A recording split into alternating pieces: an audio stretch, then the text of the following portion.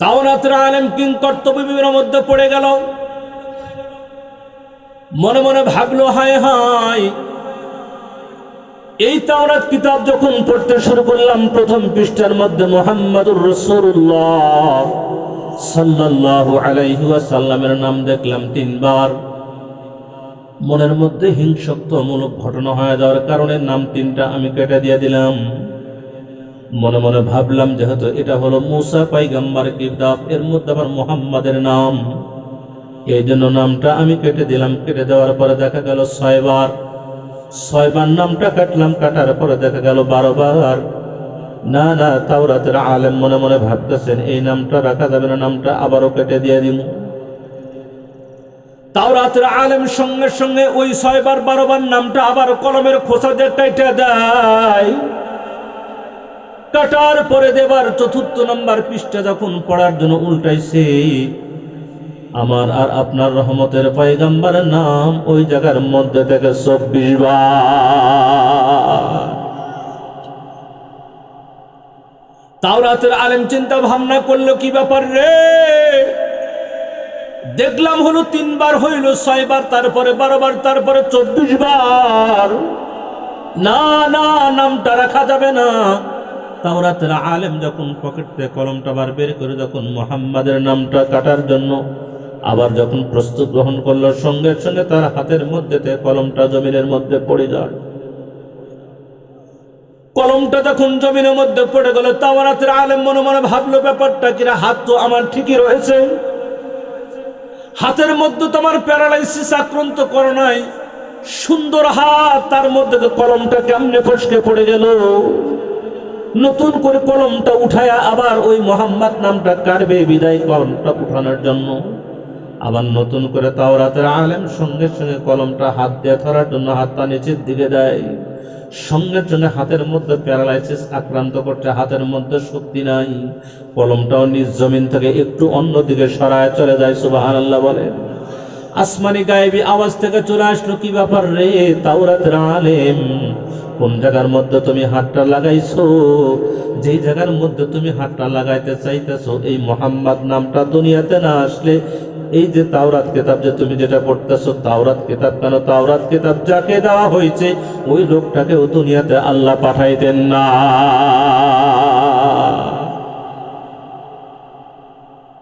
তাওরাতের আলেম, মনে হয় তোমার ভাগ্য অত্যন্ত খারাপ।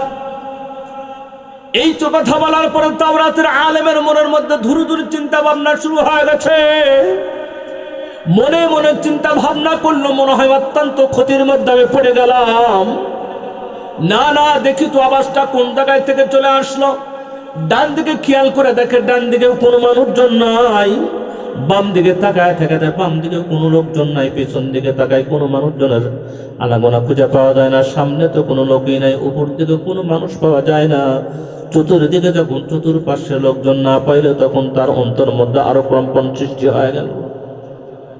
আওয়াজ কোন জায়গা থেকে আসলো, মানুষজনের কোনো বালাই নাই, কোন জায়গা থেকে আওয়াজ আইলো।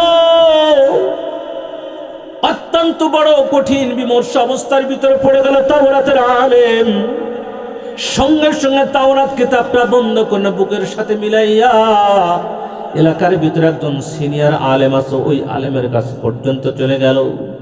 তাওরাতের আলেম যার সারা সিনিয়র আলেমকে ডাক দেয়, কয়, ও সিনিয়র আলেম, আমি তো একটা মুসিবতের মধ্যে পড়ে গেছি, মনে হয় একটা সমস্যা হয়ে গেল। কি তোমার সমস্যা? বলো, সমস্যা হলো এই যে আমার হাতের মধ্যে তাওরাত কিতাব আপনি যেটা দেখতেছেন, এই তাওরাত কিতাবের ভিতরে পৃষ্ঠা আমি প্রথম নাম্বার উঠায় যখন পড়তে গেলাম, 3 বার মুহাম্মাদের নাম দেখলাম, কলমের খোসাটা কেটে দিলাম। এরপরের পৃষ্ঠা যখন উল্টাইলাম, এবার 6 বার হলো, তারপরও আমি কাটলাম। 12 বারের জায়গাতে যাচ্ছে, তারপরও কাটা দিয়ে দিলাম। তারপর পরবর্তী যখন পৃষ্ঠা যখন উল্টায় যখন আবার পড়া শুরু করে দিলাম, এবার 24 বার। এইটা যখন কাটতে গেলাম তখন আমার এই ঘটনা ঘটে গেল। আসমান থেকে আওয়াজটার সঙ্গে সঙ্গে চলে আসলাম, তখন আর বাড়াইতে চেষ্টা করলাম না। নতুন করে কলমটা দিয়ে আর মোহাম্মদ নামটা কাটার আমি কোনো প্রচেষ্টা করি নাই। সঙ্গে সঙ্গে তাওরাত কিতাবটা বন্ধ করে দিয়ে আপনার কাছে চলে আইছি। মনে মনে ভাবলাম, আমি তো হলাম জুনিয়র লোক, আপনি হলেন সিনিয়র, নিশ্চয় জুনিয়রের চাইতে সিনিয়র ব্যক্তির মর্তবা অনেকটাই বেশি হয়। এই জন্য আপনার কাছে আমি চলে আসছি, মেহেরবানি করে এর মাহিত্য আর ঘটনা আমাকে আপনি খুলে বলে দিয়ে যান। তাওরাতের আলেম ডাক ডাকা, এ তাওরাতের আলেম, তুই বুঝোস নাই যেই নামটা তুমি কাটতে গেছো, মুহাম্মাদের নাম, যাকে সৃষ্টি না করলে আসমান জমিনে বৃক্ষ তরুণতা, আসমান থেকে আল্লাহ তাআলা যত ফেরেশতা দুনিয়াতে পাঠায়, এ সকল ফেরেশতা এবং আসমানি যত নবী আওলাদ, নবীর ফরজন্দ দুনিয়াতে ৮০০ লক্ষ পয়গাম্বার, আদম পয়গাম্বার থেকে অদ্যাবধি আজ পর্যন্ত পৃথিবীতে যত মাখলুক জন্মাইছে, অতীতে যারা জন্মাইছে, সামনে যত জন্মিবে, যার উসিলাতে আসবে, ওর নাম হলো মুহাম্মাদুর রাসূলুল্লাহ। সুতরাং সেই নামের উপর যখন তুমি কলম ধরতে গেছো, আর বারবার তুমি এরকম যদি কাটতে, বারবার যখন কাটছো, ২৪ বার মাথায় যখন পৌঁছে গেছে, ২৪ বার আবার যখন তুমি কেটে দিতে, তখন তুমি দেখতে এরপরে ৪৮ বার হয়েছ। তার মানে যতবার কাটতো বারংবার শুধু ডাবল আর ডাবল আসতো। এক পর্যায়ে তাওরাতের আলেম গোটাল কোরআন শরীফের মধ্যে খুঁজে দেখতে, মুহাম্মাদের নাম ছাড়া আর অন্য কোন লেখা এই তাওরাতের মধ্যে খুঁজে পাওয়া যেত না। সুবহানাল্লাহ ধরে বলেন। সুতরাং এটা হলো আসমানি কিতাব, তাওরাত কিতাব। তাওরাত কিতাবের মধ্যে আমাদের পয়গম্বর আলোচনা আসছে, ওই পয়গম্বরকে আল্লাহ তাআলা দান করলেন কোরআনুল কারীম। কোরআনুল কারীম এটা আমাদের শিক্ষা আবশ্যক। কেন? কোরআন শরীফের ভিতরে কিছু কিছু সূরা আছে, যে সূরাগুলো তেলাওয়াত করলে অনেক বড় নেকি পাওয়া যায়। আপনারা জানেন, হয়তো বা অনেকেই জানেন, অনেকে জানেন না। কোরআনুল কারীমের ৩০ নম্বর পারার ভিতরে সূরাতুল ইখলাস আছে, কুল হুয়াল্লাহু আহাদ আল্লাহুস সামাদ লাম ইয়ালিদ ওয়া লাম ইউলাদ ওয়া লাম ইয়াকুল লাহু কুফুয়ান আহাদ। এই যে সূরাটা আছে, এই সূরাটা আল্লাহর কোনো একজন বান্দা একবার যদি পড়ে, একবার যদি পড়ে, আল্লাহর পয়গম্বর বলেন ১০ পারা কোরআনুল কারীম পড়লে যে পরিমাণ সওয়াব, আল্লাহর কোন বান্দা যদি শুধুমাত্র এই কুল হুয়াল্লাহ যদি একবার পড়ে, তো ১০ পারা কোরআনুল কারীম তেলাওয়াত করা তার আমলনামায় লিখে দেয়। সুবহানাল্লাহ ধরে বলেন। যদি কোনো আল্লাহর বান্দা ২ বার তেলাওয়াত করে, তাহলে ২০ পারা কোরআনুল কারীম তেলাওয়াত করার সওয়াব পাওয়া যায়। আর যদি কোনো আল্লাহর বান্দা বিসমিল্লাহ সহকারে এই কোরআনুল কারীমের এই সূরাটা, সূরাতুল কুল হুয়াল্লাহু আহাদ, এইটা যদি কোনো আল্লাহর বান্দা ৩ বার তেলাওয়াত করে, তো ৩ বার তেলাওয়াত করলে গোটাল কোরআন শরীফটা সব, গোটাল কোরআন শরীফটা খতম করলে যে পরিমাণ সব অর্জিত হবে। আল্লাহর পয়গম্বর বলেন, কোনো আল্লাহর বান্দা আমার উম্মত যদি কেউ ৩ বার এই সূরাটা তেলাওয়াত করে, গোটাল কোরআনুল কারীম তেলাওয়াত করার সব তার আমলনামায় আল্লাহ তাআলা লিখে দিয়ে দেয়। মুসলমান ভাইয়ের আমার, এই জন্য কোরআনুল কারীম অত্যন্ত মর্যাদাশীল একটা কিতাব। এই কিতাবটা সারা দুনিয়ার সমস্ত মানুষের শিক্ষা অর্জন করা, যারা মুসলমান হিসাবে দাবি করে তাদের জন্য একদম ফরজ। এই ফরজ শিক্ষাটা এখন বর্তমান মাদ্রাসার অঙ্গনের ভিতরে দেওয়া হয়। যদিও মাদ্রাসাকে যদি অনেক মানুষ পছন্দ করে না, কেউ কেউ আবার বর্তমান সমাজের ভিতরে এমন কিছু আল্লাহর বান্দা মুসলমানের ঘরে জন্মগ্রহণ করে, তারা আবার বলে, হুজুর আপনাদের মাদ্রাসায় তো কোনো ডক্টর ইঞ্জিনিয়ার তৈরি হয় না। এ কেমন শিক্ষা, এ কেমন শিক্ষার ব্যবস্থা, যেই শিক্ষা অর্জন করলে পরে একজন ছাত্র ১২ থেকে ১৪ বছর লেখাপড়া করে, তারপরও একটা ছাত্র ডক্টর হয় না, একটা ছাত্র ইঞ্জিনিয়ার হয় না, একটা ছাত্র ব্যারিস্টার হয় না।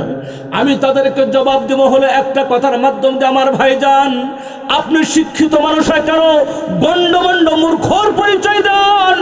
যেই জায়গাতে যেই জিনিসের ফ্যাটকারি, ওই জায়গার থেকে অন্য জিনিস যদি বের হয়, এটা হলো নকল ফ্যাটকারি, এটা আসল ফ্যাটকারি নয়। তেলের গুণাগুণ যাইবেন, তেলই বের হবে। এরপর আপনার সোনার গুড়াউনে যাবেন, সেখানে স্বর্ণই বের হবে। এরপর আপনার লোহার গুড়াউনে যাবেন, লোহার খামারে যাবেন, সেখানে লোহাই বের হবে।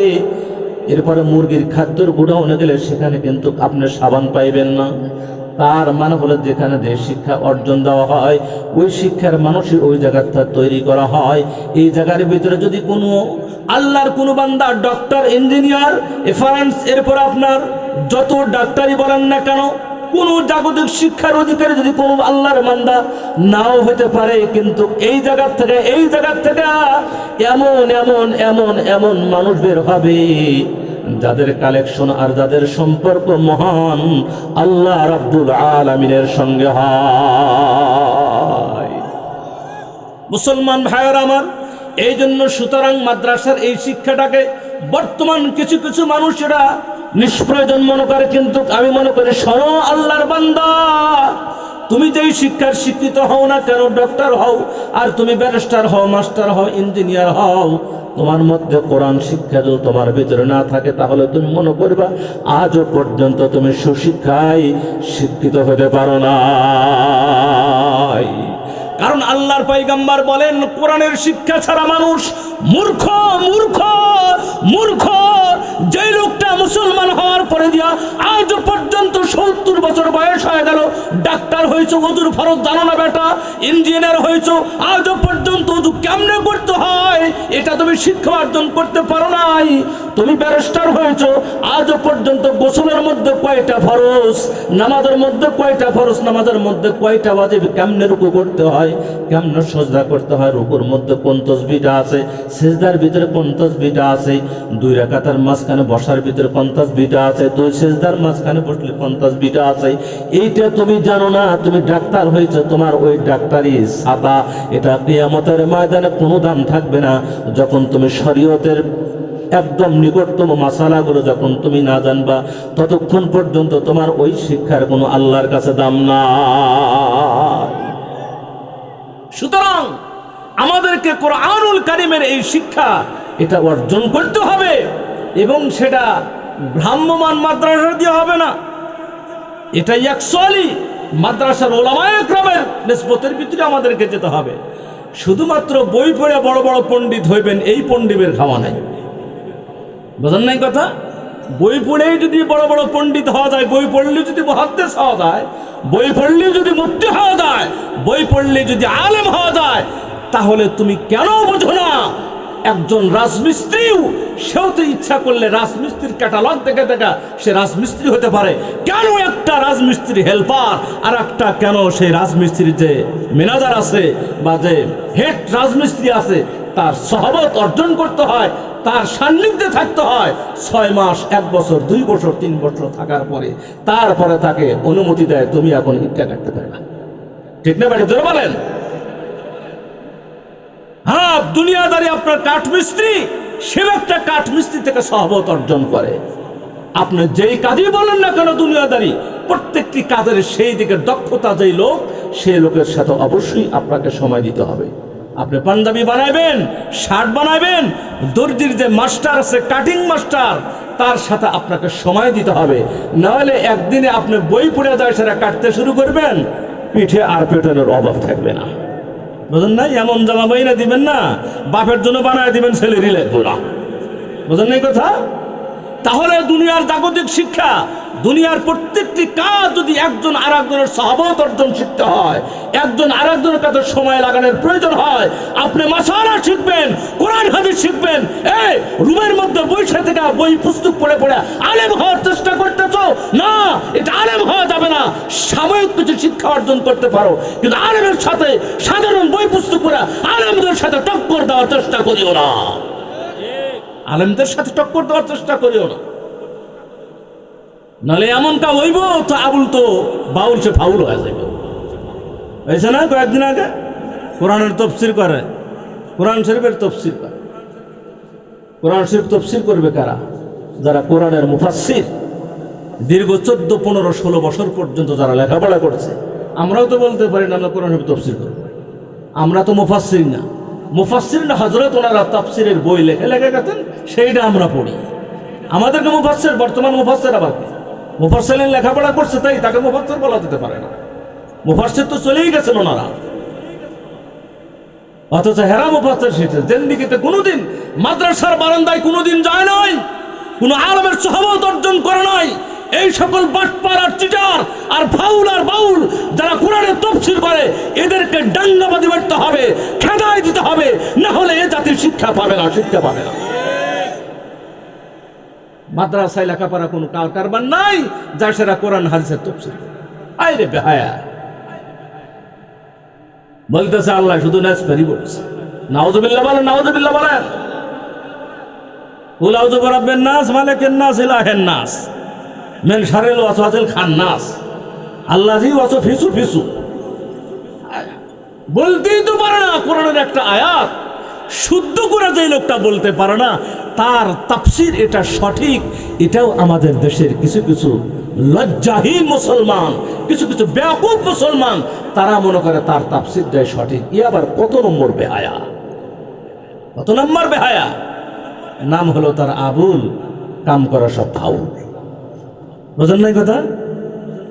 আমি তো মনে করি যে আগে বলছিল আবুল বাউল, আবুল বাউল, তা আবুল তো বাউল না, ওটা পেশাব বাউল। আবুল শব্দ তো পেশাব, বুঝলেন? তারা মাদ্রাসা লেখাপড়া তারা জানে, ওটা এক নম্বর পেশাব। বাউল, বাউল শব্দ তো পেশাব। আল বাউল বাজার থেকে চলে, বাউল, বাউল মানে পেশাব। তো পেশাবের আবার কি, ও আবার কি তাফসীর করবো? পেশাব তো নাপাক জিনিস, তোকে পেশাব সরকার। আবুল সরকার না, ওর নাম কি? পেশাব সরকার, বুঝলেন নাই? আর ওর নাম হলো আবুল, তার মানে ও বারাবুরি পেশাব। অথচ এই তারা এই কোরআনের তাফসীর গুলা করতেছে। বাংলাদেশের মাটিতে 90% মুসলমানের দেশে, লক্ষ লক্ষ আলেম ওলামার দেশে, লক্ষ লক্ষ মুসলমানদের দেশে, কোটি কোটি মুসলমানদের দেশে কোরআন হাদিসের বিপক্ষে কথা বলে, কোরআন হাদিসের অপব্যাখ্যা করে, আর এইরকম লোকের ফাঁসির রায় হয় না, এটা আমাদের মুসলমান কখনো মেনে পারে না। এক নাম্বার বিচার হলো কোরআন হাদিসের সাথে সাংঘর্ষিক যারা কথা বলার পরে নিজেকে ভুল স্বীকার করবে না, নিজেকে আত্মসমর্পণ করবে না, এক নাম্বার তাদের বিচার আর কিচ্ছু হতে পারে না, ফাঁসির কাষ্ঠে ঝুলাইতে হবে, ঝুলাইতে হবে। এর আর কোনো বিচার নয়, বিচার একটাই, তার ফয়সালা একটাই। কোরআন হাদিসের বিরুদ্ধে যদি কোনো কথাবার্তা যায়, অসতর্ক মুহূর্ত অবস্থায় যদি কেউ যাইতেছে, তাহলে সেটা পরক্ষণেই এসে লাইভে তাকে ভুল স্বীকার করতে হবে। মস্ত বড় ভুল করেছি, জাতির কাছে মাপ চাই, আল্লাহর কাছে মাপ চাই, তওবা করলাম, এমন কথা আর কোনোদিন হবে না, তাহলে সেও মাপ পেতে পারে। তবে ভুলের উপর যদি অটল থাকে, এর চাইতে খারাপ, এর চাইতে জাহেল 90 যুগের আবু জাহেল, এর একমাত্র বিচার সেটা হলো ফাঁসির কাষ্ঠে তাকে ঝুলাইতে হবে। সুতরাং এই সমস্ত আবুল ফাউল আপনাদের এলাকা, আমাদের এলাকায় যারা হবে, আগের থেকে তাদেরকে শায়েস্তা করতে হবে, আগের থেকে তাদেরকে সোচ্চার থাকতে হবে মুসলমানদেরকে। এখন তো মুসলমানদের ইমান নিয়ে যে কত ধরনের কায়দা এবং কত ধরনের প্রচেষ্টা চালানো হইতেছে মুসলমানদের ভিতরে ডিভাইডার সৃষ্টি করার জন্য, মুসলমানদের কোরআন থেকে বিমুখ করার জন্য, মুসলমানদের থেকে নামাজ থেকে দূরে রাখার জন্য, মুসলমানদের ইমান বিক্রি করার জন্য বর্তমান সমাজের মানুষ মুসলমান আর এক মুসলমানকে জাহান্নামে নিয়ে যাওয়ার জন্য প্রস্তুত হয়ে গেছে। সুতরাং আমাদেরকে লক্ষ্য রাখতে হবে আমাদের ইমান যেন টাকা পয়সার বিনিময়ে বিক্রি না হয়।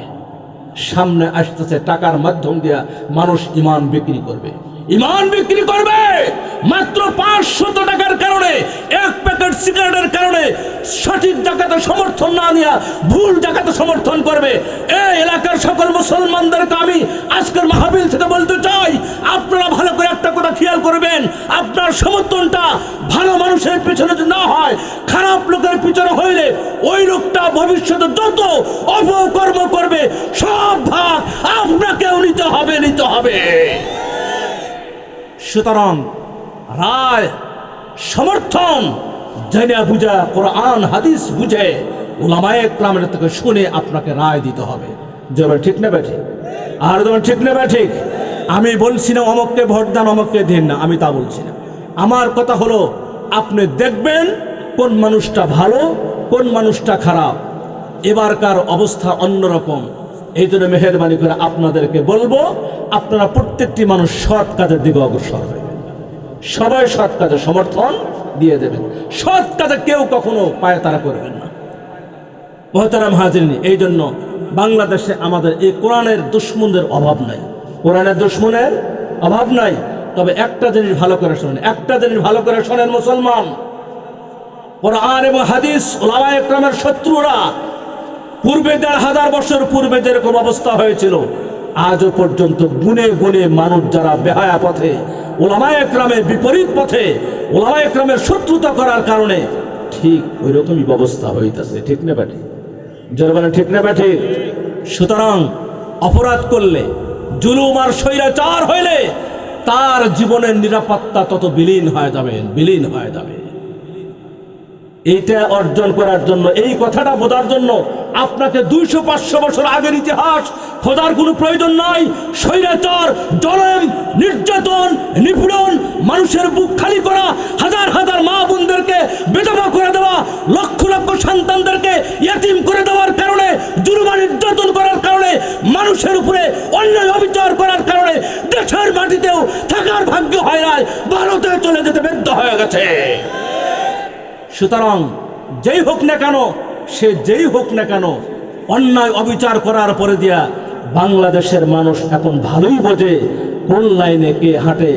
নামাজ না পড়লে ইমান তার মজবুত আছে, যাকাত আদায় না করলে ইমান তার মজবুত আছে, হজ না করলেও তার ইমানটা বাজে।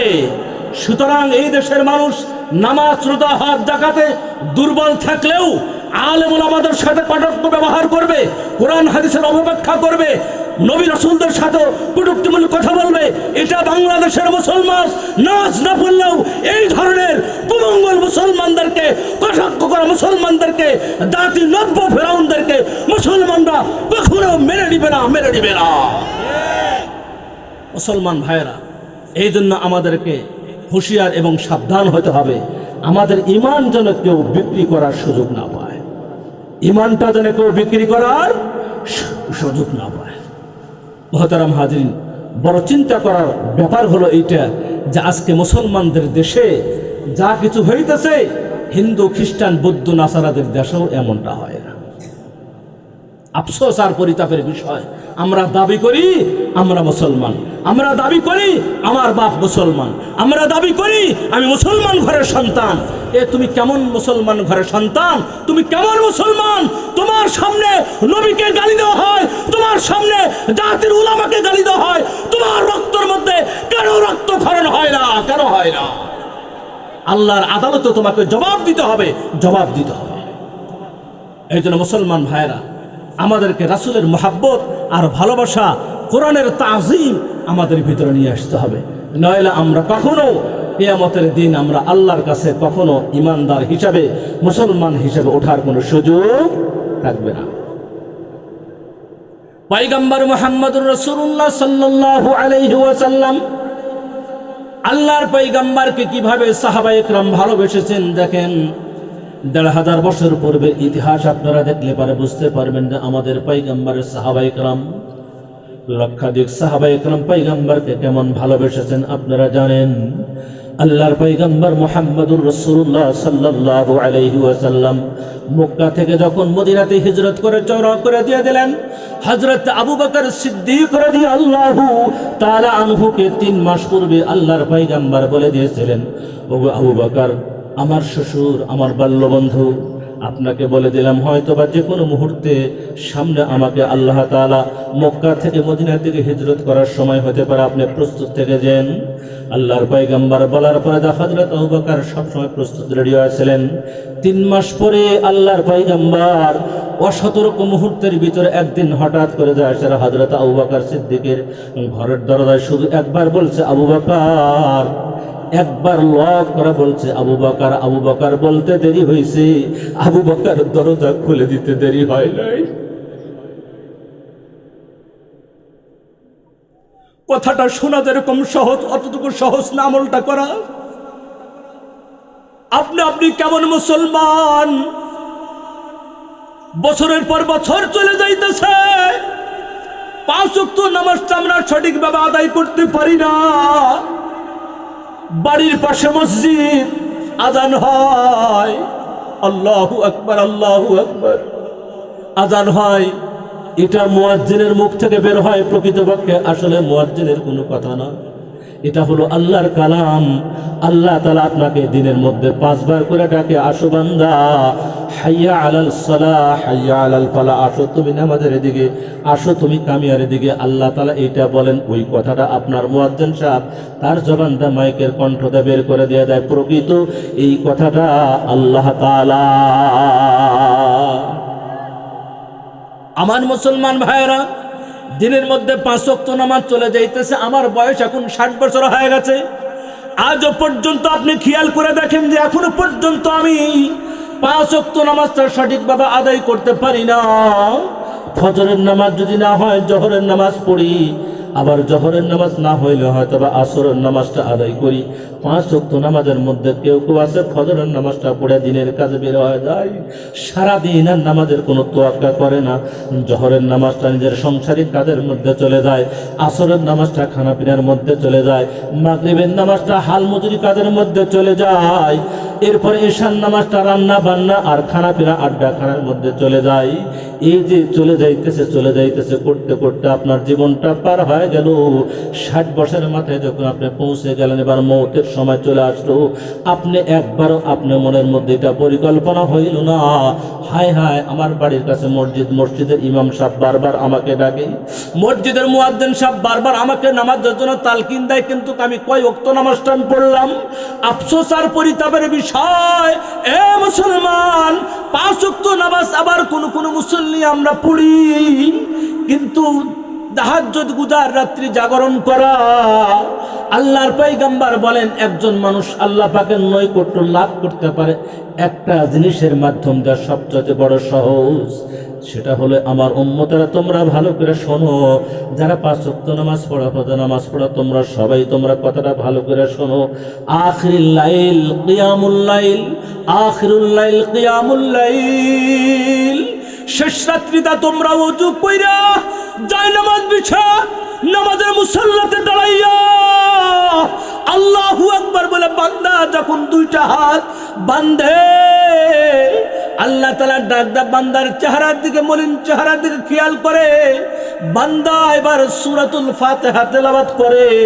অন্য একটা সূরা তেলাওয়াত করার পরে যখন রুকুর মধ্যে চলে যায়, সুবহানা রাব্বিয়াল আযীম সুন্দর করে বলতে থাকে, আল্লাহ পাকের তাজিম আর প্রশংসা অর্জন করতে থাকে। রুকুটা শেষ হয়ে যাওয়ার পর এবার যখন সিজদার মধ্যে চলে গেল, সিজদার ভিতরে যায়, সে বলে সুবহানা রাব্বিয়াল আলা, এই কথা বলে। আর বান্দা মনে মনে আফসোস করে, হায় হায়, জীবনে তো বহু অন্যায় কাজ করেছে, অনেক গুনার কাম করেছে, রব্বুল আলামিন রাত্রি গভীর হয়ে গেছে, দুনিয়ার সব মানুষ ঘুমের মধ্যে পড়ে গেছে, টাওয়ার দিকে তাকাই না।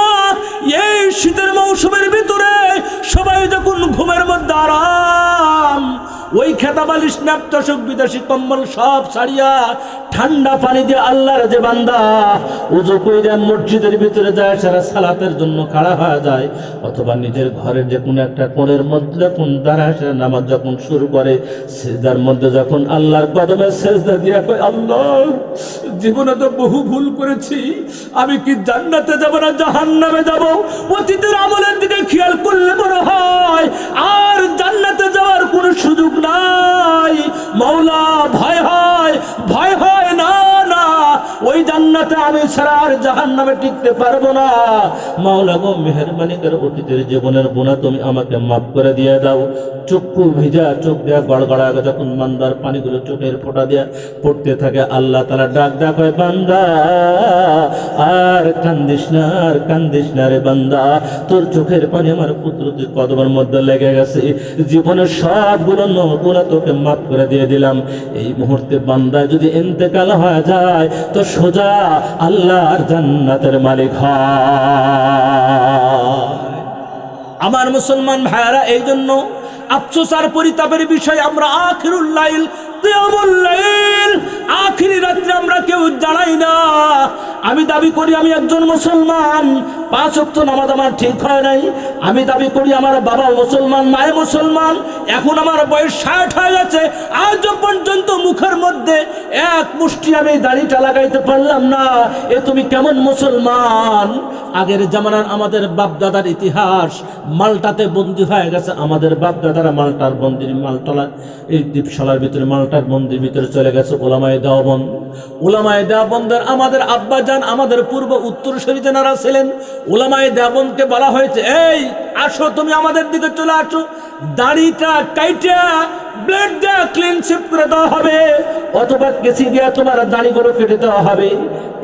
এমন কিছু আমাদের বাপ দাদা দুনিয়ার থেকে চলে গেছে। তারা বলছে, জালেম, ও জালেম, আমার দাড়িটা কাটিস না, আমার দাড়ির মধ্যে তুই হাত লাগাস না, প্রয়োজন হলে আমার গলাটা কাইটা দে, তারপর আমার দাড়িতে খুর লাগাস না।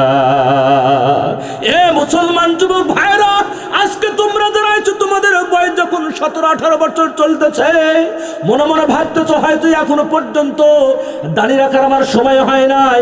এ যুবক, ভালো করে খেয়াল করে দেখো, তোমার মতো কত যুবক সন্তান হাই রোডে অ্যাক্সিডেন্ট হয় দুনিয়ার থেকে বিদায়, তোমার মতো কত যুবক সন্তান এই রাস্তাঘাটে যখন মোটর চালাইতে চলে গেছে, একজন দোস্ত আর একজন দোস্তের সাথে অ্যাক্সিডেন্ট হয় দুনিয়ার থেকে বিদায় হয় চলে গেছে। কত যুবক সন্তান প্যারালাইসিস আক্রান্ত ঘরের মধ্যে পড়ে রয়েছে, কত যুবক সন্তান হাসপাতালে বেডের মধ্যে পড়ে রয়েছে। হাসপাতালে মাঝে মধ্যে যা দেখো, তোমার মতো কত যুবক ওই হাসপাতালে বেডের মধ্যে তারা পড়ে রয়েছে। ওরা ইচ্ছা করলে মনে চাইতেছে 5 ওয়াক্ত নামাজ পড়বো, আর বজ্জাতি করবো না, আর মেয়েদের পাশে ঘুরঘুর করে বেড়াইবো না, আর নতুন বর্ষের উৎসবের জন্য মেয়েদের পেছনে আমরা লালিত হব না, আর নামাজকে বাদ দিয়ে আমরা আড্ডাখানায় ভিতরে আমরা কখনো যাব না। ও যুবক ভাই, তোমাদেরকে আমি আজকের বারে তোমাদের 2টা পায়ে হাত দেয়া বলে যাই, খোদার কসম, কার কখন দুনিয়ার থেকে চলে যেতে হবে এই টাইম কিন্তু আমরা কেউ জানি না। ইদা জাআ আজালুহুম লা ইস্তাখিরুনা সাআতাও ওয়া লা ইস্তাকদিমুন। ইদা জাআ আজালুহুম লা ইস্তাখিরুনা সাআতাও ওয়া লা ইস্তাকদিমুন। আল্লাহ পাক বলেন, কার কখন কার যে পুরা যাবে আল্লাহ ছাড়া আর দুনিয়ার কেউ জানে না। দুনিয়ার যত মানুষ তোমরা দুনিয়াতে বসবাস করো, কিছু কিছু জিনিস এমন আছে যেটা দুনিয়ার আর অন্য কোনো মানুষ জানে না। কার রিজিক কোন জায়গার মধ্যে আছে এটা কেউ জানে না। কি জোরে বলেন? এটা কিন্তু কেউ জানে না। মৌটা কার কোন জায়গার মধ্যে হবে কেউ কিন্তু জানে না। আমাদের পূর্বপুরুষ কিছু মুরব্বীরা বলে, মৌত যার যেখানে আছে নৌকা ভাড়া করিয়া সেই জায়গাতে চলে যায়। তার মানে হলো মৌতের ঠিকানা একমাত্র জানেন কে? জোরে বলেন কে? মৌতের ঠিকানার হাত হলো আল্লাহর কাছে। এ যুবক, মৌতের ঠিকানা যেহেতু আল্লাহর কাছে, তুমি যেহেতু জানো না, এই জন্য এই মুহূর্তে তোমাকে প্রস্তুত গ্রহণ করতে হবে।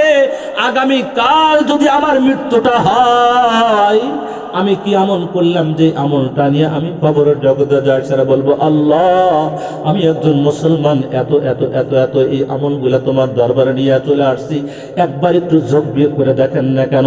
হযরত ওমর ফারুক রাদিয়াল্লাহু তাআলা ঘটনা আপনারা সবাই জানেন যে হযরত ওমর ফারুক রাদিয়াল্লাহু তাআলাকে আল্লাহর পয়গম্বর বলেন, লা নাবিয়্যা বাদি, আমার পর আর কোনো নবী আসবে না, তবে যদি আসতো লাকানা ওমর, একমাত্র ওমরে ফারুক দুনিয়াতে নবী হওয়ার যোগ্য ছিল।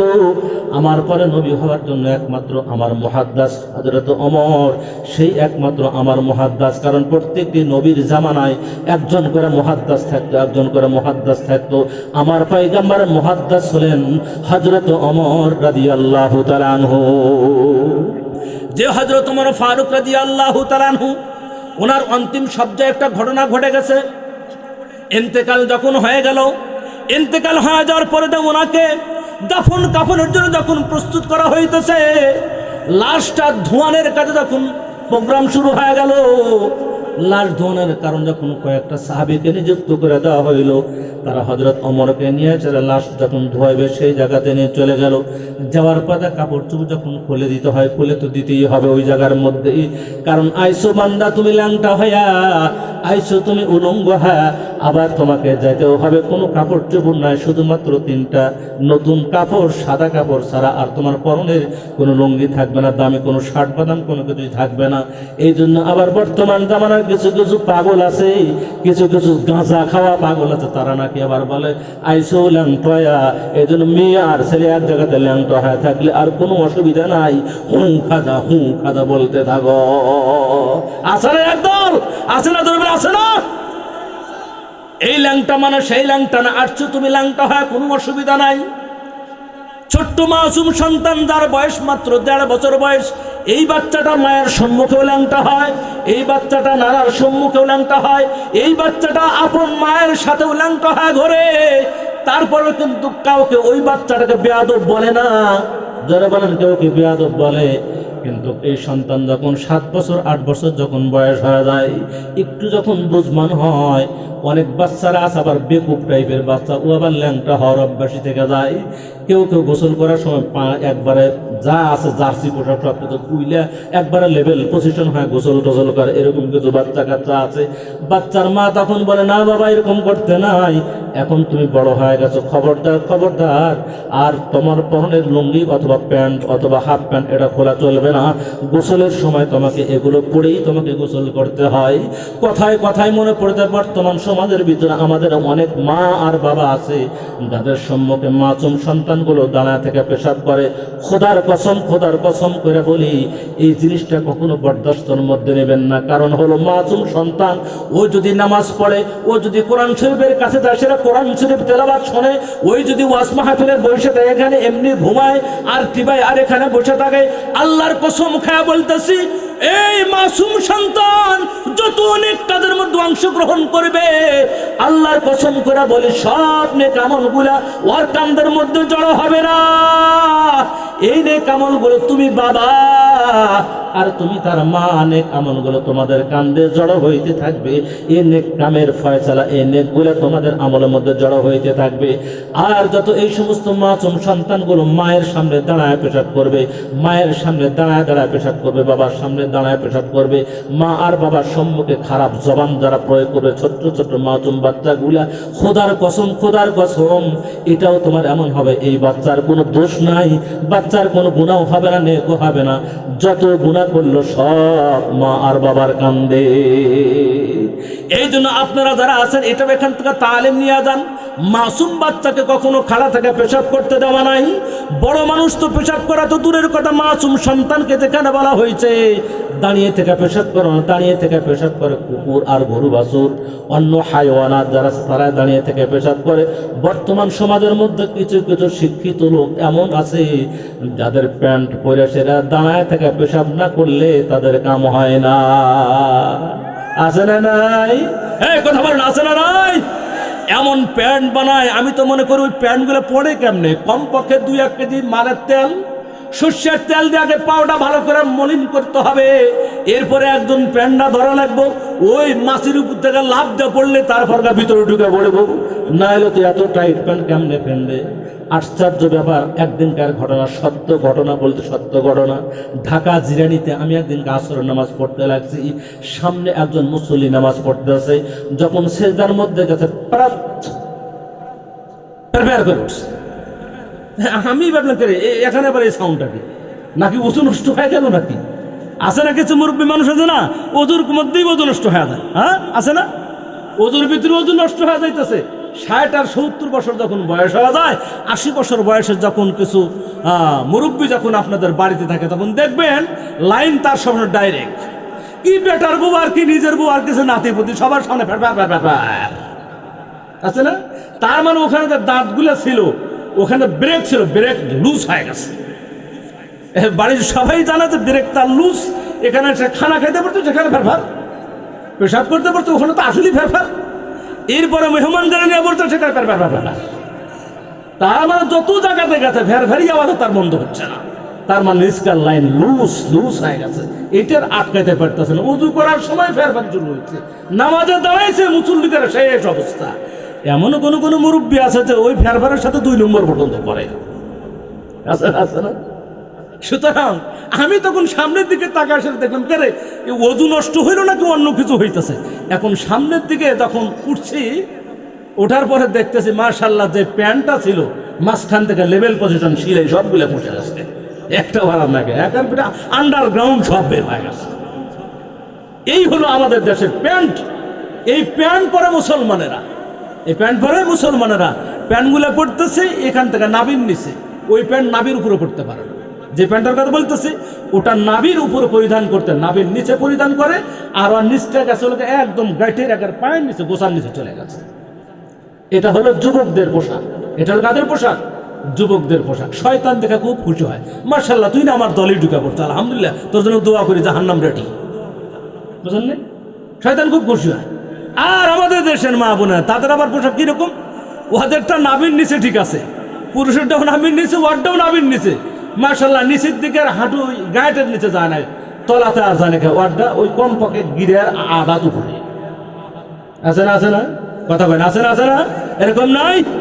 আমাদের সমাজের ভিতরে হাজারো মা বোনদের পোশাক এরকম। আমাদের মতো নামাজিওয়ালা বাপ মা পোশাক কিনে দেয়, 5 ওয়াক্ত নামাজ পড়ে, মিয়া তাহাজ্জুদের নামাজ পড়ে, মক্কা শরীফ যায় সেটা ঘুরে ঘুরে তো হজ 50 বার করে চলে আসছে, আর মেয়েটা এমন পোশাক পরে দিছে যার উঁচা নিচে সব জায়গা যুবক পুরুষরা দেখে সব সাপ, এক জায়গাতে বাঁধা। এরকম পোশাক আছে কি নাই? কথা বলা আছে কি নাই? আপনাদের এলাকার না থাকলে না থাকতে পারে, আমাদের এলাকার কথা বলতেছে। আস্তাগফিরুল্লাহ। এগুলো পোশাকের অভাব নাকি? বোরকা মাশাআল্লাহ নামছে, কিন্তু বোরকা এ বোরকা পর্দার বোরকা না, এ বোরকা পর্দার বোরকা না, এটা হলো মডার্ন বোরকা। তার ডানে ফাটা, বামে ফাটা, সামনে ফাটা, পিছনে ফাটা, ফাটা দুপুরে ফাটা, ফাটা ওকে ফাটা, খালি ফাটা, খালি ফাটা, এই হলো তার বোরকা। এটা কি, এটা কি পর্দা হলো? কথা বলে এটা কি পর্দা হয়েছে?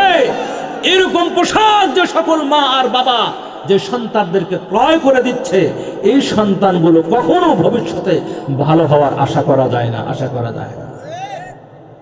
অনেক মানুষ বলে হুজুর দোয়া করেন, সন্তান যে কথা শুনতেছে না, মাদ্রাসায় কয়েকবার করে ভর্তি করে দিলাম, কোরআনের হাফেজ বানাইবো, কিন্তু হচ্ছে না, খালি ঘুরে ঘুরে আসে। মাদ্রাসায় পড়বে কেমনে পড়বে? যে মহিলার সন্তান তুমি মাদ্রাসায় ভর্তি করে দিছ, ওই সন্তান যখন ওর মায়ের পেটের মধ্যে ছিল, ভারতের স্টার জলসার একটা নাটকও ফেল করে নাই। কথা কয় না, কথা কয় না, বোঝন নাই মনে হয়? স্টার জলসার কোনো একটা নাটক মিস করে নাই। বিদেশি যত অর্ধলঙ্গ ছবি একটাও মিস করে নাই। পেটের মধ্যে সন্তান লড়ায় না, বোঝেন নাই? পেটের মধ্যে সন্তান অ্যান্ডি কিশোর, পেটের মধ্যে সন্তান মৌসুমী হয়েছে, তার অলগা স্বপ্ন, এগুলো গেছে না? এই জামানাতে আছে কত ছবি না, কত নমুনার নামের নাম, বৃষ্টি, তৃষ্ণা, নামেরও তো সাইজ দেয়, কোয়ালিটি ছাড়া নাম। বোঝেন না? কোরআন হাদিসে তো কোনো নাম না। এখন তো নাম আলেম ওলামাদের থেকে নিয়ে মানুষ নাম রাখতে চায় না। এই তো হুজুর এখানে বসে, হুজুরকে কেউ বলবো না তো হুজুর আমার একটা সন্তান হয়েছে, ভালো একটা নাম রেখে দেন, কোনো হুজুরদেরকে বলবে না। ওই যে মোবাইল আছে না, এখন বড় বড় মোবাইল আছে, এগুলাতে মনে করেন আল্লামা গুগল দামাত বারকাতুহুম আছে, এই গুগলের ভিতর সার্চ দিয়ে যে সেখানে নাম বের করবো, এখানে নাম বের করতে কি কি নাম, কোনটা নাম, সব নাম ওখানে দেওয়া আছে, নাম রেখেছে। তো গুগলের মধ্যে যে সকল নাম আছে সব নামই তো ভালো হইব না, সব নামই তো ভালো হইব। এই জন্য তো আগেই বলছিলাম, তাফসীর করার জন্য আলেমের শরণাপন্ন হতে হবে, এমনি এখন করলে হবে না। নামটাও শুধু গুগল দামাত বারকাতুহুম থেকে রাখলে ওই নামটা ভালো হওয়ার আশঙ্কা করা যায় না। মাঝে মধ্যে এমনও নাম হয় যে নামটা রাখাই ভুল হয়ে গেছে। সম্মানিত হাজিরিন, যাই হোক, আমি যেটা বলতেছিলাম, এই জন্য আপনাদেরকে বলছি মেহেরবানি করিয়া, আমরা যারা দুনিয়াতে আসছি আমাদের একটা চিন্তা ফিকির থাকা উচিত, পয়গম্বর মুহাম্মদ রাসূলুল্লাহ সাল্লাল্লাহু আলাইহি ওয়াসাল্লামের কি মুহাব্বত আর ভালোবাসা, এটা আমাদের ভিতরে থাকতে হবে।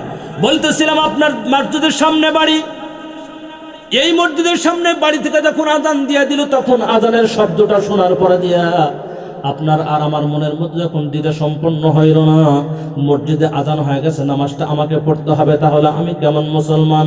বলে আমার 60-70 বছর বয়স আগে এখনো পর্যন্ত আমি দাড়িটা রাখতে পারি নাই। সমাজের ভিতরে এমন এমন কিছু মুসলমান মা বোনেরা আছে, এমন কিছু মুসলমান মা বোনেরা আছে 60 বছর 70 বছর হয়ে গেছে, এখনো পর্যন্ত সে কালেমাটা শুদ্ধ করে উচ্চারণ করতে পারে না। একটা মহিলাকে আমি জিজ্ঞাসা করেছিলাম, বৃদ্ধা মা, আপনার তো বয়স মোটামুটি এখন প্রায় 70-এর কাছাকাছি হবে। বৃদ্ধা মহিলাটা ডাক দেওয়া বলে না, এখন আমার বয়স আমি কমছি 75 বছর বয়স হয়ে গেছে। আলহামদুলিল্লাহ 75 বছর বয়স হয়ে গেছে, নামাজ কালাম কি আপনি পড়েন নাকি? হয় না, নামাজ কালাম এখনো পর্যন্ত ধরি নাই। বলে আপনি কি কালামাটা পড়া শিখছেন নাকি? বলে হ্যাঁ কালামা পড়তে পারে। বলেন একটু কালেমা বলেন। আর কালেমা পড়তে পারতেছে না। হিসাব করে দেখেন 75 বছর বয়স হয়ে গেছে একজন মহিলা যার 75 বছর বয়স হয়ে গেল। আমি তাকে বললাম কালেমাটা পড়েন। মহিলাটা কালেমা পড়তে পারতেছে না। তাহলে এই মহিলাটা কোন সময় দুনিয়া থেকে বিদায় হবে কিন্তু এটা বলা কিন্তু অসম্ভব। এ মুসলমান ভাইরা, অহরহ আমাদের সমাজের ভিতরে এমন হাজার হাজার মুসলমান পাওয়া যাবে যারা কালেমা লা ইলাহা ইল্লাল্লাহু মুহাম্মাদুর রাসূলুল্লাহ এটা সুন্দর করে বলতে পারবে না। তাহলে এমন মুসলমানের কিন্তু অভাব নাই। আমার মুসলমান আমি বলতেছিলাম হযরত আবু বকরকে যখন বলল আল্লাহর পয়গম্বর, যখন শুধুমাত্র আবু বকরের ঘরে দাঁড়িয়ে বলছে আবু বকর, একবার ডাক দেওয়ার সঙ্গে সঙ্গে হযরত আবু বকর সঙ্গে সঙ্গে রাসূল ডাক দেওয়ার ঘরটা দরজা অমনি খুলে দিয়ে দিলেন। ঘরের দরজা খুলে দেওয়ার পরে দিয়া আল্লাহর পয়গম্বর হযরত আবু বকরকে ডাক দেবা, আবু বকর গভীর রাত, এই মুহূর্তের ভিতরে তো দুনিয়ার কোনো মানুষ আর চেতন নাই, সব তো ঘুমায় পড়ছে, আর কোন মানুষ নিদ্রা থেকে চেতনের মধ্যে নাই, কেউ জাগ্রত নাই।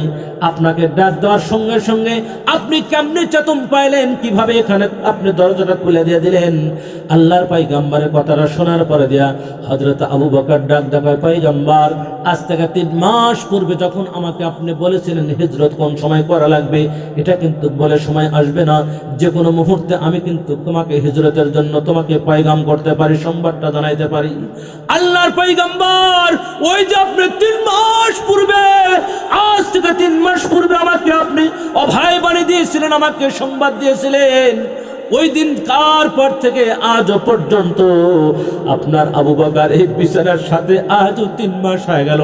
রাত্রিতে সারা রাত আমি এই দরজায় হেলান দিয়ে আমি দাঁড়ায় থাকি। আমি আবু বকর এ পর্যন্ত আমি রাত্রিতে বিছানায় পিঠ লাগাই নাই। হযরত আবু বকর কথাটা বলার সঙ্গে সঙ্গে আল্লাহর পয়গম্বর হযরত আবু বকরের জন্য দোয়া করলেন। আবু বকরকে ডাক দেখো, আবু বকর আও, তাড়াতাড়ি চলে আও, হিজরতের জন্য রেডি হয়ে যাও, সামান পাতি তাড়াতাড়ি জোগাড় করে নিয়ে নাও। হযরত আবু বকর সঙ্গে সঙ্গে বের হয়ে যায়। রাস্তার ভিতরে যখন বের হন, হযরত আবু বকর একদম পিছন দিকে থাকেন। আবার কতক্ষণ পরে হযরত আবু বকর ডান দিকে চলে যায়, অল্প কতক্ষণ পরে আবার সামনের দিকে চলে যায়, আবার হযরত আবু বকর বাম দিকে চলে যায়। আল্লাহর পয়গম্বর হযরত আবু বকরকে ডাক দাও, আবু বকর তুমি কেন একবার পিছন দিকে যাও, আবার পিছন সামনে চলে যাও, আবার ডান দিকে আমার কেন হও, আবার বাম দিকে কেন যাও? আমি তোমারটা ব্যাপার বুঝতে পারতেছি না। নাকি তোমার অন্তর মধ্যে ভয় লাগতেছে, কাফের মুশরিকদের ভয় লাগে? তুমি ভয় করো না আবু বকর, ভয় নাই, ভয় নাই, আমাদের সঙ্গে মহান আল্লাহ তাআলা রয়েছে। হযরত আবু বকর ডাক ডাকো, পয়গম্বর আমি কিন্তু ভয় এরকম করতেছি না, আল্লাহর পয়গম্বর যেখানে আছে আমি আবু বকরের কোনো ভয় নাই। আমি জানি পয়গম্বর যে জায়গার মধ্যে আছে আমার কোনো ভয় নাই। তবে আমি শুধু এতটুকু ভয় পাইতেছি, মদিনার মুনাফিকরা রাস্তার কোন জায়গায় না জানি ওত পাইতে রয়েছে। আল্লাহর পয়গম্বর আপনি যখন সামনে হাঁটেন, আমি তখন মনে মনে ভাবনা করি হয়তো বা কোনো একটা মুনাফিক সামনে থেকে তীর মেরে আপনার বুকটাকে ঝাঁঝরা করে দিবে। এই জন্য আপনাকে বাঁচানোর জন্য যেন ওই তীরটা আপনার গায়ে না লাগে, আমার বুকের মধ্যে আগে বিন্দা পড়ুক। এরপর কতক্ষণ পরে চিন্তা হয়, মনে হয় মদিনার কোনো মুনাফিক আপনাকে বাম দিক থেকে আঘাত করবে, সঙ্গে সঙ্গে বাম দিক চলে যায়। তীরের যত আঘাত আমি আবু বকরের পিঠে এবং গায়ে লাগুক, মুহাম্মাদুর রাসূলুল্লাহ নিরাপদে থাক। আবার আমি পিছন দিক দেওয়া যায় একমাত্র ওইটাই কারণে, বাম দিকে ডান দিকে হই আমি মাত্র একটাই কারণে। আল্লাহর পয়গম্বরকে হযরত আবু বকরকে আপনি ভালোবাসছে এই মুসলমান, আজকে আমি আর আপনি কেমন ভালোবাসি পয়গম্বর মুহাম্মাদুর রাসূলুল্লাহ সাল্লাল্লাহু আলাইহি ওয়াসাল্লাম গারে সাউরের মধ্যে যখন ঢুকে পড়লেন, আল্লাহর পয়গম্বর আরাম ফরমায়েশের জন্য যখন হযরত আবু বকরকে বলল, আবু বকর তোমার উরুটা আমার বালিশ হিসেবে তুমি আমার জন্য পেড়ে দিয়ে দাও। হযরত হযরত আবু বকর উরাতের মধ্যে মাথা দিয়া আল্লাহর পয়গম্বর ওখানে আরামে ঘুমায় পড়লেন। দেখা গেল অল্প কতক্ষণ পরে হযরত আবু বকরের একটা পায়ের আঙ্গুলের মধ্যে বিষাক্ত ছাপ সবল মেরেছে। মেরে দেওয়ার সঙ্গে সঙ্গে পায়ের ওই আঙ্গুল থেকে বিষটা আস্তে আস্তে করে করে তার মাথার চান্দি পর্যন্ত শুরু করে দিয়ে দিয়েছে। হযরত আবু বকর কান্না করতেছে, কিন্তু পয়গম্বরকে ঘুম থেকে ডাকে না। মুহাব্বত আর ভালোবাসা আর তাজিম কতটুকু হে মুসলমান, আজকে আমাদের খেয়াল করতে হবে সাহাবায়ে ইকরাম আল্লাহর পয়গম্বরকে কেমন ভালোবাসা আর কেমন মুহাব্বত করেছে। ওই মুহাব্বত কতটুকুন আমার আর আপনার কলিজার মধ্যে রয়েছে। হযরত আবু বকর পয়গম্বরকে ডাক দিলেন না। হযরত আবু বকর কান্না করতে চোখের যে পানিটা আছে, অসতর্ক মুহূর্তে চোখের একটা পানির ফোঁটা আল্লাহর পয়গম্বরের মুখমণ্ডলের উপর যখন পড়ে গেছে, আল্লাহর পয়গম্বর সঙ্গে সঙ্গে জাগ্রত হয়ে গেলেন। পয়গম্বর ডাক ডাক আবু বকর, কান্দো কেন, কান্দো কেন? ভয় নাই, ভয় নাই, লা তাহজান ইন্নাল্লাহা মা'ানা। ভয় করি না আবু বকর, আমাদের সঙ্গে শুধুমাত্র আমরা দুইজন নয়, আমাদের সঙ্গে আল্লাহ রয়েছেন। আল্লাহ আছেন, কোনো ভয় নাই, কোনো চিন্তা নাই, টেনশন করিও না। তোমার চোখের মধ্যে পানি, তোমার বাড়ির কথা মনে হয়েছে নাকি? পরিবারের কথা তোমার কি মনে হয়েছে নাকি? হযরত আবু বকর ডাক ডাকায়, পয়গম্বর আমার অন্য কোনো কথা মনে হয় নাই, আমার পায়ের ভিতরে বিষাক্ত সাপ আমাকে ছবল মেরেছে, ওই বিষটা আমি সহ্য করতে পারতেছি না। আল্লাহর পয়গম্বর ডাক দা বলে, তাহলে তুমি এতক্ষণ পর্যন্ত কেমনে চুপ করে রয়েছো? একবার আমাকে বললি তো আমি একটা ব্যবস্থা আমি তোমাকে করে দিতে পারতাম। দাও আবু বকর, তোমার পায়ের কোন আঙ্গুলিটা ছবল মেরেছে? আল্লাহর পয়গম্বর সঙ্গে সঙ্গে হযরত আবু বকরের পায়ের ওই জায়গাতে থুতা মারলেন। থুতা মেরে যখন একটু ডলা দিয়ে দিলেন, ডলা দেওয়ার সঙ্গে সঙ্গে হযরত আবু বকরের পায়ের মধ্যে যে পরিমাণ তীব্র ব্যথা ছিল, আল্লাহ তাআলা সেকেন্ডের মধ্যে হযরত আবু বকরকে শিফায়ে কামিলা আজলা দান করে দেয়। মুসলমান ভাইয়ের আমার, এটা ছিল হযরত আবু বকর নবীর প্রতি প্রেম আর ভালোবাসা। এ মুসলমান, এমনই একজন সাহাবী ছিলেন, শামাইলে তিরমিজি হাদিসের মধ্যে আছে, তার নাম হল হযরত সালমান ফারসি রাদিয়াল্লাহু তাআলা আনহু। যে হযরত সালমান ফারসি রাদিয়াল্লাহু তাআলা আনহু পারস্য এলাকার মানুষ যুবক সন্তান হওয়ার পূর্ব মুহূর্ত পর্যন্ত আগুন পূজা করত। এলাকার একজন মানুষকে যা সারা জিজ্ঞাসা করে, ভাইজান আমি তো সারা জীবন অগ্নি পূজারও করলাম, কিন্তু আগুন তো আমার ভালো করতে পারে না, খারাপও করতে পারে না, তাহলে এমন একজন সত্তার খবর আমাকে দিয়ে দাও, যেই মহান সত্তার খবর পাইলে আমার আখিরাতের জীবনটা ভালো হয়। ওই লোকটার সঙ্গে সঙ্গে ডাক দেখায়, এ আল্লাহর বান্দা, যাও এই যে সামনে যে গ্রামটা আছে, এই গ্রামের ভিতরে বিশাল একটা গির্জা আছে, এই গির্জার মধ্যে বড় একজন পাদ্রী আছে। পাদ্রী কাহাকে বলা হয় না বললে আবার বুঝতে পারবেন না। বর্তমান সমাজের ভিতরে আলেম ওলামা যারা যেরকম ধর্ম বিশেষজ্ঞ, আগের জামানায় যারা পাদ্রী ছিল তারাও ধর্ম বিশেষজ্ঞ ছিল। ওই ধর্ম বিশেষজ্ঞ পাদ্রীর কাছে যখন চলে গেল, সালমান ফারসি ডাক দেখায়, এ পাদ্রী, আমি তোমার কাছে আইছি একটা মাত্র কারণে, সেটা হলো এই, আমি তোমার থেকে এমন শিক্ষা অর্জন করতে চাই যে শিক্ষাটা অর্জন করলে আমি আখিরাতের জীবনে মুক্তি পাবো। এইটা বলার সঙ্গে সঙ্গে পাদ্রী মশাই ডাক দেখায়, সালমান, তুমি যে আমার কাছে শিক্ষা অর্জন করতে আছো, ধৈর্য এবং সহ্য সময় তোমাকে অনেকটাই লাগাইতে হবে।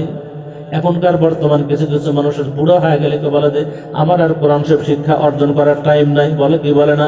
না না না, শিক্ষা অর্জন করার সময় দুনিয়া থেকে মৃত্যু পর্যন্ত আপনাকে তালেবুল ইলম হওয়ার সুযোগ আপনাকে রয়েছে। না পেরেশান হইলে হবে না, ধৈর্য হারা হলে হবে না। বয়স বেশি হয়ে গেছে, ইমাম সাহেবের কাছে বসেন, মুয়াজ্জিন সাহেবের কাছে বসেন, হুজুরকে বলেন, ইমাম সাহেব হুজুর, মুয়াজ্জিন সাহেব হুজুর, আজকে আপনি সূরাতুল ফাতিহা একটা লাইন আমাকে শিখিয়ে দেন। এই যে সূরাতুল ফাতিহা, আত-তাহিয়াতু, দুরূদ শরীফ, একটা করে লফজ, একটা করে আয়াত, একটা করে শব্দ আপনি শিখতে থাকেন। একটা আয়াত আর একটা করে শব্দ শিখতে শিখতে আপনার যদি মৃত্যুবরণ হয়ে যায়, খোদার কসম করে বলি, ঈমান যদি থাকে, আল্লাহর জান্নাতের মালিক আপনি হয়ে যাবে। সুতরাং শিক্ষা অর্জন করার জন্য কোনো বয়স দরকার নেই। সালমান ফারসিকে পাদ্রী এবার ডাক দেব, সালমান, আমার কাছে আইসো তো মাশাআল্লাহ, অসুবিধা নাই, কিন্তু লম্বা সময় দিতে হবে। সালমান ফারসি বলতেছে, আমি অনেক সময় নিয়ে আসছি, অসুবিধা নেই। 10 বছর শিক্ষা অর্জন করার পরে প্রথম পাদ্রী ডাক দেয়া বলল, আমি তোমাকে যা শিখাইছি এইটা দা, আখেরাতে মুক্তি পেতে পারবে না, সামনে আর একটা পাদ্রী আছে, ওখানে গেলে সঠিক সন্ধান তুমি পাইয়া। সালমান ফার্সি আবার সেই পাদ্রীর কাছে চলে গেল, ধর্ম যাজকের কাছে যখন চলে গেল, সেও 10 বছর শিখাইলো। 10 বছর পর বলতেছে, আমার এখন মরে দেওয়ার সময় হয়ে গেছে, আমিও তোমাকে যা শিখাইলাম এ দিয়া তুমি আখেরাতের জীবন মুক্তি পেবে না, সামনে যাবে। এরপরে এরকম করতে করতে 1 নয় 2 নয় 9টা পাদ্রী পর্যন্ত অতিক্রম করছে। কয়টা? 9টা পাদ্রী অতিক্রম করছে। 9টা পাদ্রী অতিক্রম করলে পরে এক একজনের কাছে 10 বছর করে সময় লাগালে কয়টা হয়েছে? কয় বছর? ধরে বলেন কয় বছর? ঘুম ধরছে? হ্যাঁ, 90 বছর পরে আর কি সময় থাকে? এরপরে সালমান ফার্সির বয়স, আগের বয়স তো আছে, সব মিলে তো 150 বছর হয়ে গেছে। শেষ পর্যন্ত 9ম নম্বর পাদ্রী ডাক দেয়া বলতে, সালমান, আমি আর একটা লোকের লোকেশন তোমাকে আমি দিতে পারবো। এই এলাকার ভিতরে সবচাইতে বড় যে আলেম, বড় যে ধর্মযাজক পাদ্রী, ওর লোকেশনটা দিলাম। ওই গ্রামের ওই মাথাতে আর একটা গির্জা আছে, ওখানে বসে আছে। সালমান ফার্সি হাঁটি হাঁটি পা পা করতে করতে সেখানে চলে গেল। যাওয়ার পর সেখানেও অর্জন করলো 10 বছর। 10 বছরের মাথা যখন এবার হয়ে গেল, পাদ্রী মশাই ডাক দেয়া কয়, এ সালমান, আর আমি তোমাকে বেশি দিন পর্যন্ত শিক্ষা অর্জন করাইতে পারবো না।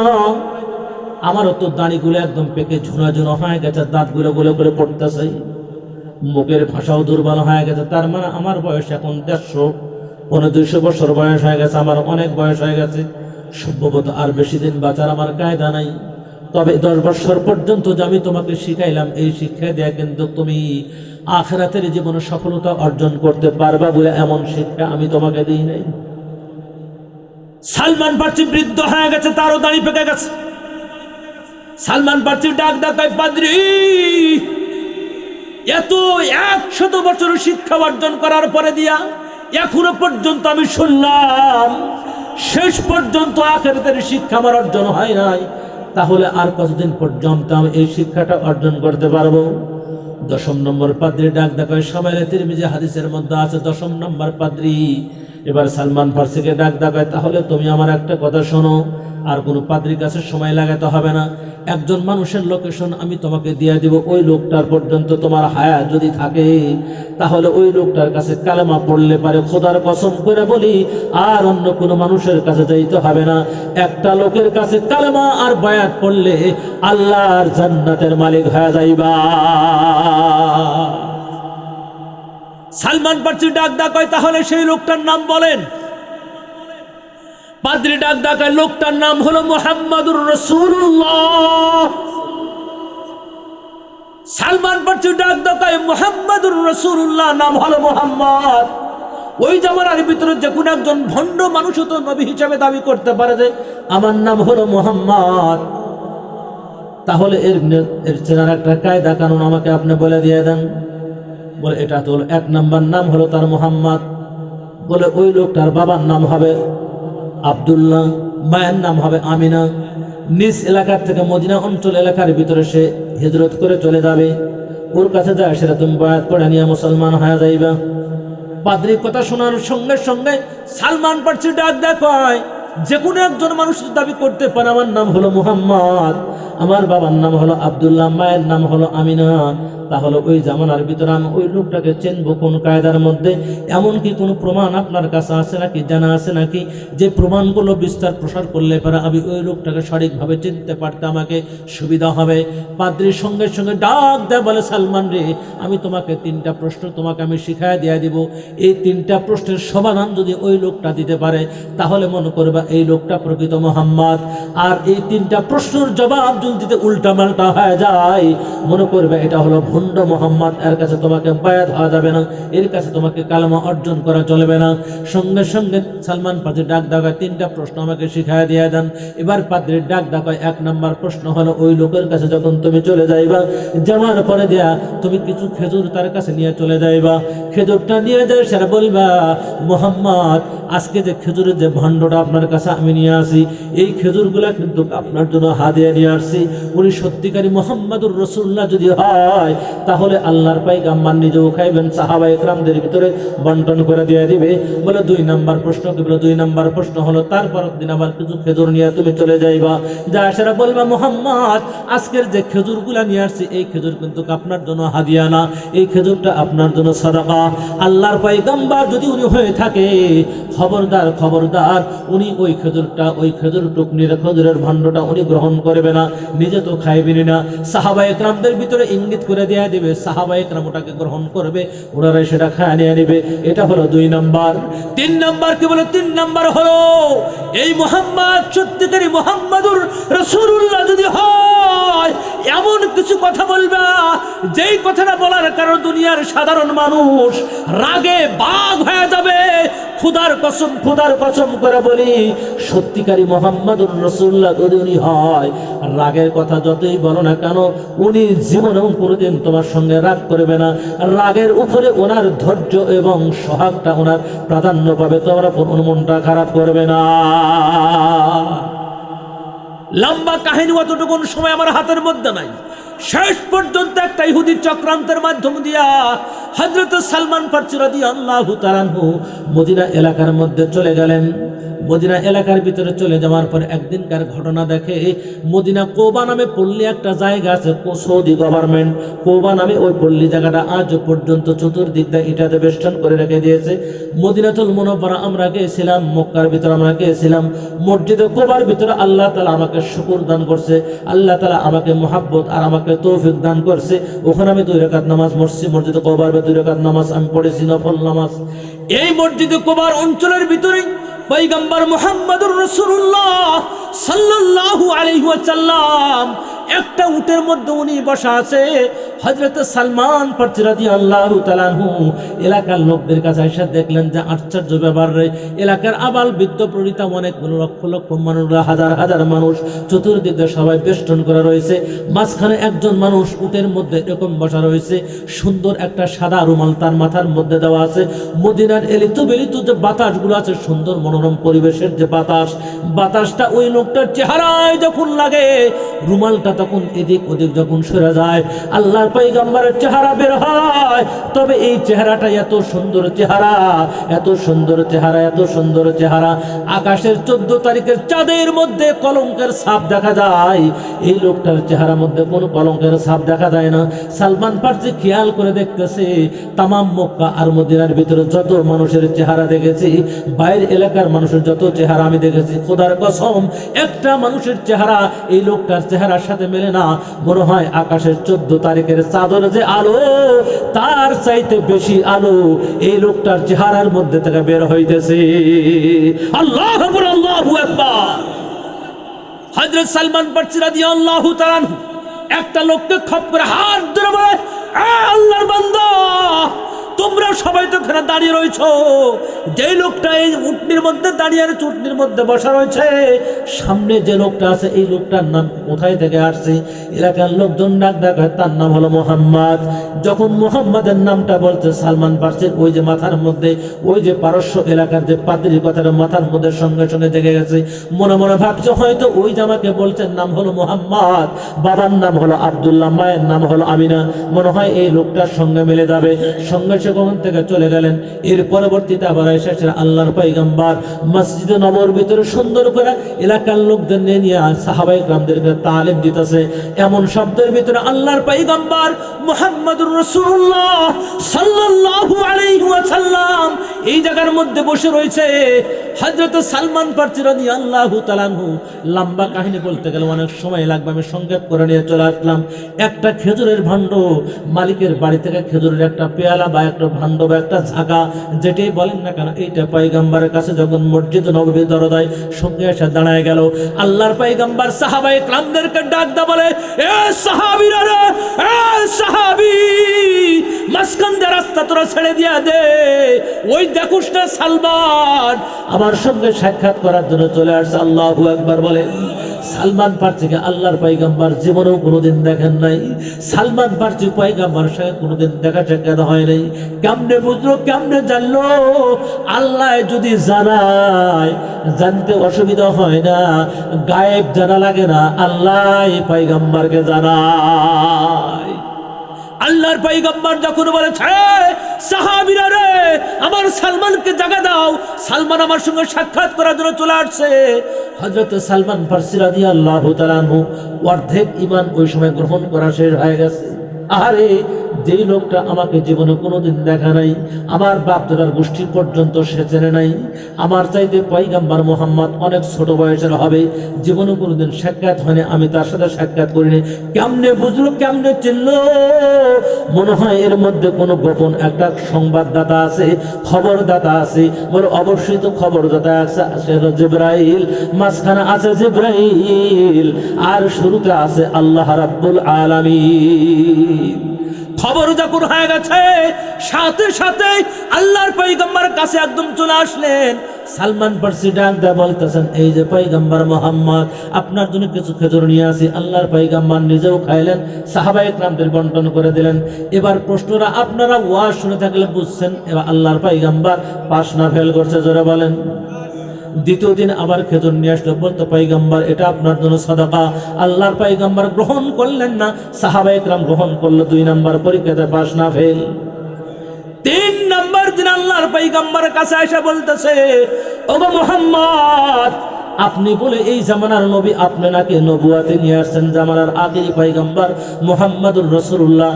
আমি কিন্তু আপনাকে বিশ্বাস করি না। কারণ হলো, যতক্ষণ পর্যন্ত আপনার কোন ডকুমেন্টস আমাকে না দেখাইতে পারবেন, কোনো প্রমাণ আদিল্লা আমাকে না দেখাতে পারবেন, ততক্ষণ পর্যন্ত আমি আপনাকে মুহাম্মদ এই জামানার নবী হিসাবে আমি আপনাকে গ্রান্টেড হিসাবে মানতে পারি না, গ্রহণ করতে পারি না। আল্লাহর পয়গম্বরকে যখন এরকম কথা বলছে, ওই জায়গার মধ্যে হযরত আবু বকর, হযরত ওমর ওই জায়গার মধ্যে বসা আছে।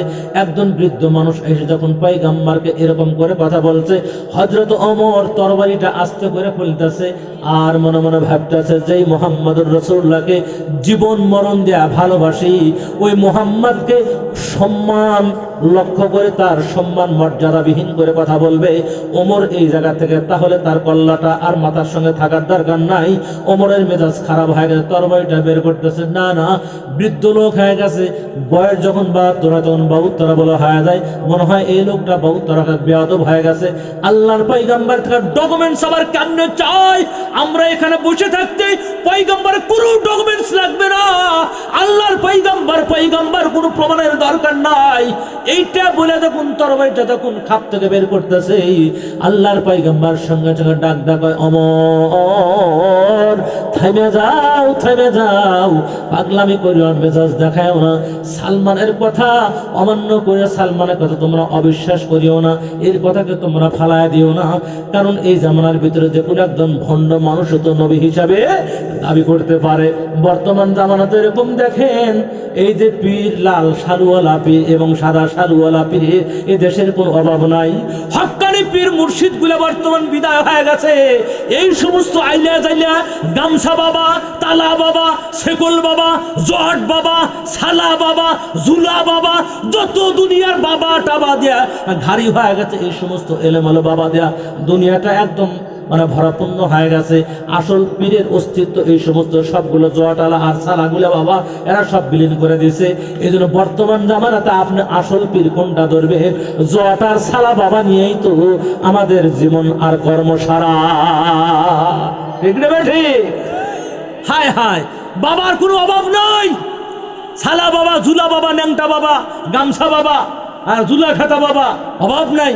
চুল এদের এমন বড় বড় করে রাখছে, মাথার চুল আর মোষ লেভেল পজিশন সমান সমান, দাঁড়িয়ে রাখছে, মোষও রাখছে, কোনোটাই কাটে না, কোনোটাই কাটে না, সবগুলো আছে এক সমান সমান। এখন বলেন তো, যে লোকটার দাঁড়ি আর মোষ লেভেল পজিশন, ও খানা খায় কেমন?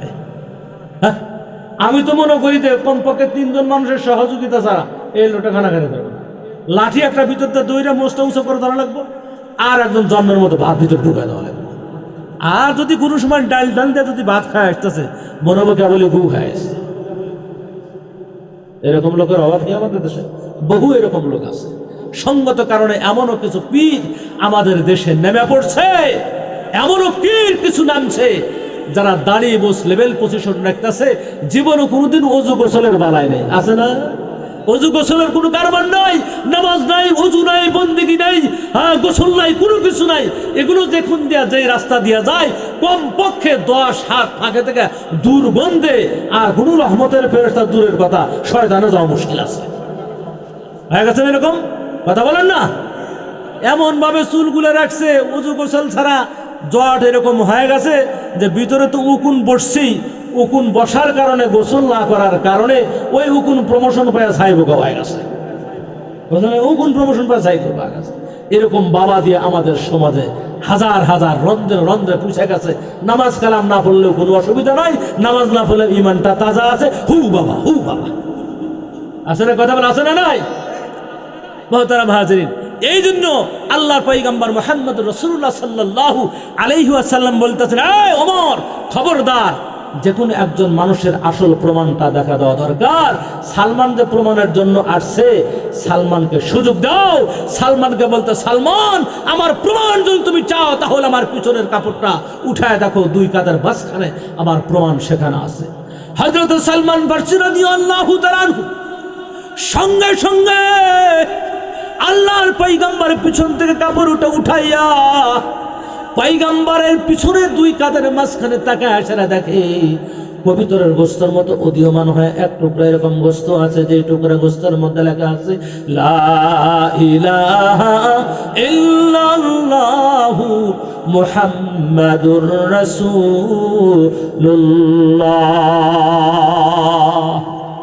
আল্লাহর পয়গম্বর যখন এটা দেখছেন, সালমান ফারসি ডাক কয়, মুহাম্মদ সাল্লাল্লাহু আলাইহি ওয়াসাল্লাম, আর দেরি নয়, আমার সবগুলো প্রশ্ন এবং ডকুমেন্টস অর্জন করা আমার শেষ হয়ে গেছে, আমি আর দেরি করতে পারি না। পয়গম্বর, আমাকে আপনি তাড়াতাড়ি কালেমার শুধু আমাকে পড়ায় দিয়ে দেন, অনেক অপমান অপদস্থ করছি পয়গম্বর, গোস্তাকে আমাকে মাফ করে দিয়ে দেন, আমাকে পড়ায় দেন কালেমার শুধু লা ইলাহা ইল্লাল্লাহু মুহাম্মাদুর রাসূলুল্লাহ।